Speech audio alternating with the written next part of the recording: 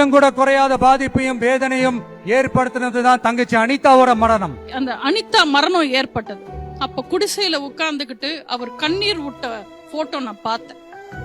கண்ணுல அப்படி தண்ணி நிக்கும் உட்கார்ந்துட்டு. நீட்டுக்கு அப்புறம் எத்தனை மரணங்கள் ஏற்பட்டது, எத்தனை மரணத்துக்கு அவர் போயிருக்காரு. தூத்துக்குடிக்கு போனார்ல ஸ்டெர்லைட் துப்பாக்கி சுட்டுது. நீட்ல எத்தனை பேர் அனிதாக்கு அப்புறம் இறந்து இருக்காங்க, எத்தனை மரணத்துக்கு அவர் போயிருக்காரு, இல்ல கண்டனத்தை தெரிவிச்சிருக்காரு, இல்ல ஆறுதல் சொல்லிருக்காரு, உதவி செஞ்சிருக்காரு. ஆனா அனிதா மரணத்துக்கு போன மாதிரியான அரசியல் கட்சிகள், ஒரு மக்கள் இயக்கம் மற்ற மரணங்களின் போதே இல்லையே, அவ்வளவு இல்லையே. எல்லாம் மத்த கட்சிகள் போல இல்ல, அப்ப அவரும் போல இல்ல. அப்ப அவர் ஸ்பெஷல் எப்படி அவர்?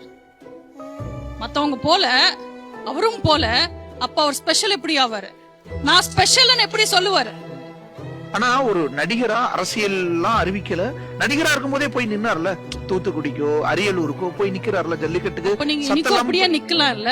நீங்க அன்னைக்கு நினைச்சீங்க நான் அரசியல்ல இல்லன்னாலும் நல்லது பண்ணணும், நல்லது பண்ணலாம் நினைச்சுக்கிட்டு அனிதா மரணத்துக்கு போனீங்க. இப்போ அரசியலுக்கு வந்தாதான் நல்லது பண்ண முடியும்னு நினைக்கிறாரா? எல்லாரும் நினைப்பாங்க ஆக்டரா இருந்தா சிஎம் ஆயிடலாம், மாஸ் ஹீரோவா இருந்தா சிஎம் ஆயிடலாம்னு நினைக்கிறாங்க.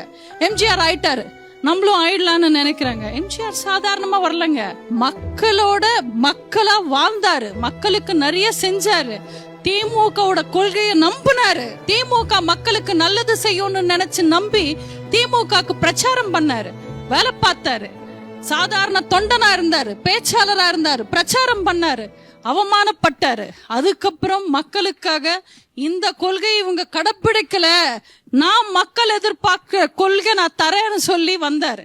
எத்தனையோ வருஷம் அனுபவத்துக்கு அப்புறம் மக்கள் இயக்கமா ஆரம்பிச்சார் அதிமுகவை.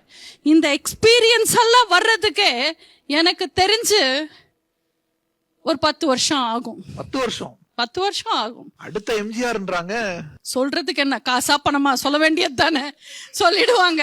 உசுப்பேத்துறதுக்கு எப்பவுமே நம்ம கூட 4 பேர் இருக்கதாங்க செய்வாங்க. நம்ம யாரு, நம்ம பலம் என்ன, நம்ம நிலைமை என்னன்றது நமக்கு புரியணும். ஆனா என்டிஆர் கட்சி ஆரம்பிச்சதும் ஆட்சிக்கு வராருல, அங்க எக்ஸ்பீரியன்ஸ் தேவைப்படல, கரிஷ்மா, மக்கள்கிட்ட அவருக்கு இருந்த செல்வாக்கு, இது போதுமானதா இருந்துச்சுல்ல. அப்போ உங்களை மாதிரி மீடியா கிடையாது, உங்களை மாதிரி மீம் கிரியேட்டர்ஸ் கிடையாது, உலகம் இவ்வளவு வேகமா இல்ல.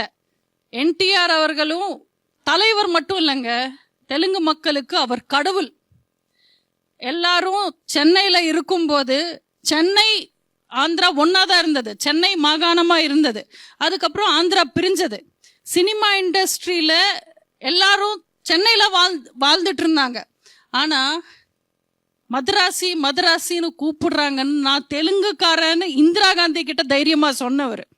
ஒவ்வொரு கருத்தும் தைரியமா எடுத்து மக்களுக்கு புரியுற மாதிரி பேசுறவர் திரு என்.டி. ராமராவ் அவர்கள். உங்களுக்கு அவரை பத்தி தெரியுமா தெரியாதான்னு எனக்கு தெரியல, நீங்க கேள்விப்பட்டிருப்பீங்க கண்டிப்பா. நம்ம எல்லாரும் பஞ்ச பாண்டவர்கள்னா நல்லவங்க, கௌரவர்கள்னா கெட்டவங்கன்னு நம்ம நினைப்போம். துரியோதனனை ஹீரோவா வச்சு படம் எடுத்து அவரோட பாயிண்ட் ஆஃப் வியூல பேசினவர் என்டிஆர் அவர்கள். ராவணன் பாயிண்ட் ஆஃப் வியூல ராமாயணத்தை சொன்னவர் என்டிஆர் அவர்கள். சொல்ல வேண்டிய கருத்தை தைரியமா சொல்றவங்க. அரசியல் ஈஸின்னு நினைச்சுக்கிட்டு நிறைய பேர் வராங்க. அரசியல் அவ்வளவு ஈஸி கிடையாது.